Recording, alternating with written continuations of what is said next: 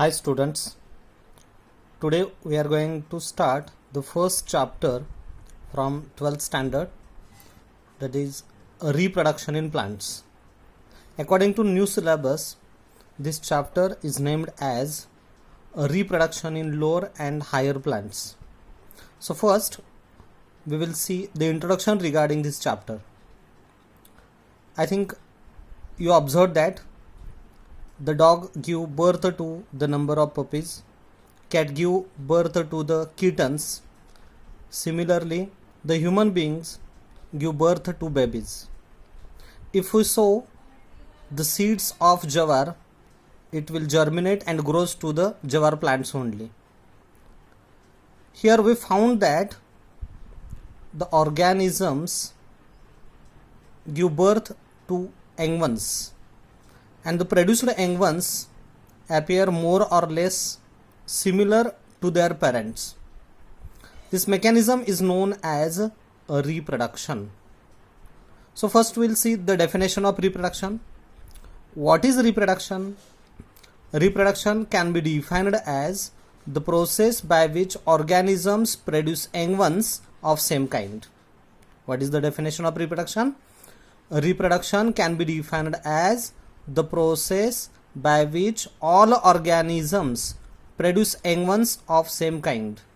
ज्या प्रोसेसमध्ये सगळे जे ऑर्गॅनिझम्स आहेत हे ऑर्गॅनिझम्स स्वतःसारखेच नवीन जीव जन्माला घालतात, या प्रोसेसला म्हटलंय reproduction. So what is the basic purpose of reproduction? Why it is necessary? कशासाठी आवश्यक आहे रिप्रोडक्शन? तीन महत्त्वाच्या थिंग्स आहेत. Reproduction is required for continuation of a race on earth, that is perpetuation.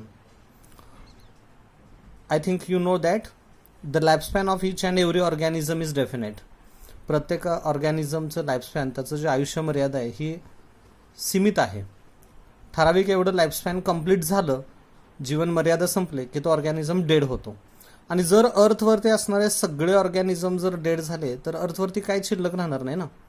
आणि म्हणून रिप्रोडक्शनमुळे जे ऑर्गॅनिझम्स ओल्ड झालेले डेड होतात, they are replaced by new individuals, they are replaced by young once.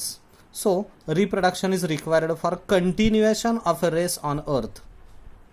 Second thing is that reproduction is needed to increase the number of individuals, और it is responsible for increase in the number of rare or endangered species on earth.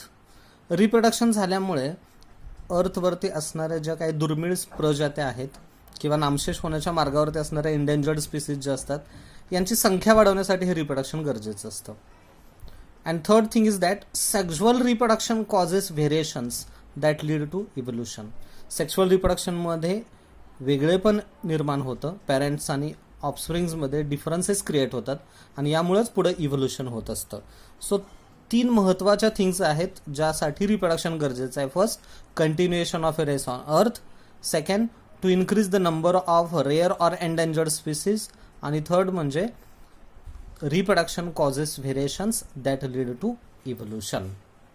So here we discussed about the definition and purpose of reproduction. As far as the types or the modes of reproduction are concerned, basically reproduction is classified into two types, that is asexual reproduction and sexual reproduction. Here we will see the difference between asexual and sexual reproduction. आता asexual आणि sexual reproduction मध्ये काय difference आहे, तो difference आपल्याला इथं study करायचा आहे आणि मी या पेजवरती तो डिफरन्स दिलेला आहे. बघा, first point, asexual reproduction. Asexual reproduction is uniparental. Asexual reproduction is uniparental, but sexual reproduction is biparental. Asexual reproduction मध्ये एकच पेरेंट इन्व्हॉल्व होतोय, मात्र सेक्शुअल रिप्रोडक्शन मध्ये दोन पेरेंट्स इन्व्हॉल्व होतात. समजा आपण एखादं जास्वंदीचं प्लांट आहे, चायना रोज, हिबिस्कस असंही म्हणतो आपण त्याला.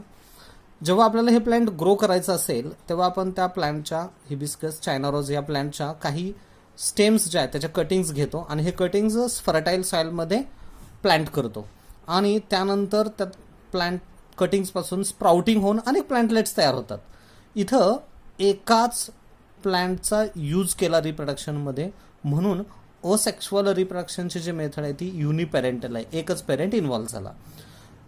या बाजूला sexual reproduction it is biparental, म्हणजे one male individual and other female individuals they comes together and they reproduce, so it is biparental. Second difference is that asexual reproduction is somatogenic. What is somatogenic? Body cells are involved in the reproduction, so it is called as somatogenic. Soma means body. Asexual reproduction is somatogenic, but sexual reproduction is gametogenic. Why? Because in sexual reproduction gametes are involved, so it is gametogenic. Third difference, asexual reproduction is known as apomixis because there is no fusion of gametes. So asexual reproduction is called as apomixis, but the sexual reproduction is known as amphimixis. Amphi means both, mixis means fusion. There is a fusion of two different gametes, male gamete and female gametes unite to form diploid zygote. So sexual reproduction is amphimixis. Fourth difference is asexual reproduction. In case of asexual reproduction, only mitosis type of cell division takes place. Only mitosis type of cell division takes place, but in sexual reproduction, mitosis and meiosis both type of cell division takes place. Next difference, fifth one, individuals produced by asexual reproduction are morphologically and genetically identical, so are called as clones. asexual reproduction मुळे produce होणारे individuals एंगमन्स हे 100% त्यांच्या parent सारखे असतात, त्याच्यामध्ये कुठलाही difference असत नाही, आणि म्हणून अशा मॉर्फॉलॉजिकली जेनेटिकली आयडेंटिकल इंडिव्हिज्युअल्सना क्लोन्स असं म्हटलंय.